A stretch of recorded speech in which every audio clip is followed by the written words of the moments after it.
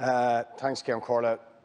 Taoiseach, I also believe we need statements on what's happening in Jerusalem. The particular spark for this event is the fact that the Israeli authorities, prompted by settlers, are seeking to evict 28 families from the Sheikh Jarrah area of Jerusalem. And it's worth saying that these people are already double refugees in that they were driven from Haifa and villages and towns across Palestine in 1948, eventually finding some home in places like Sheikh Jarrah with the assistance of UN construction of housing and so on, and now illegal settlers with the assistance of the Israeli state are trying to drive them out. And then you have horrendous brutality being used by the Israeli police against Palestinians who want to protest against this. It's just not acceptable. And there needs to be more, there needs to be clear statements, but we also need the government to call for actual sanctions against Israel for its horrendous treatment of the Palestinians. Deputy Gary Gannon.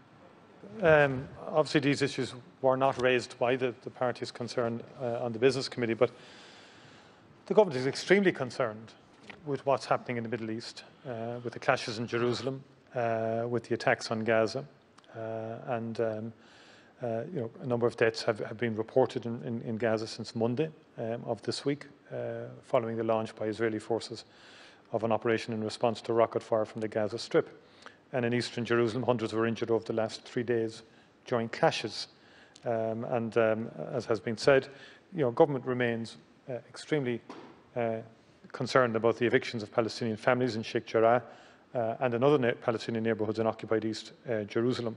The government raised this and participated at an emergency meeting of the UN Security Council yesterday, and Minister Coveney has raised the issue at the Foreign Affairs Council also.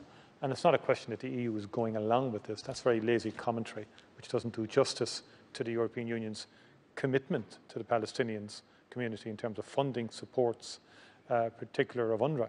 And for far too long in this House, Europe gets cast in a very poor light, notwithstanding the very extensive supports it provides for Palestinian education, Palestinian human rights and support. And I think that needs to be said, and I'm just saying it, because I just think there's far too much of a one-sided view of everything in terms of the European Union.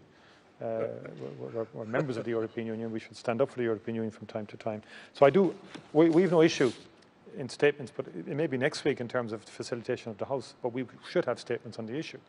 We also should, I think, at some stage, maybe next week, have statements on the Ballymurphy inquest and our thoughts today are with the families of those who were killed unjustifiably in Ballymurphy on those terrible 3 days in August of 1971.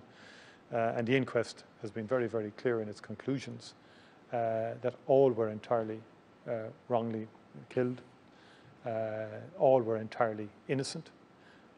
I would have toured that area myself back as Minister for Foreign Affairs. I acknowledge the extraordinary perseverance and commitment of the families involved who've waited a long, long time, over nearly 50 years to get some sense of justice for their loved ones. And I think it speaks more broadly to the legacy issue more generally. And this inquest and its outcome does deserve to be debated in this House. Also, the Irish Government has supported the Ballymurphy families for many years, and we will continue to stand in solidarity with them. And the legacy of violence in Northern Ireland remains a deep wound, and I think that we should perhaps, maybe it might be possible early next week to have a debate on that or statements on that as well as statements on the Middle East as well, because I think the House has acted before collectively on the Middle East. We've issued joint statements in relation to the Middle East in the past, and the government will be supportive of such an approach. Okay.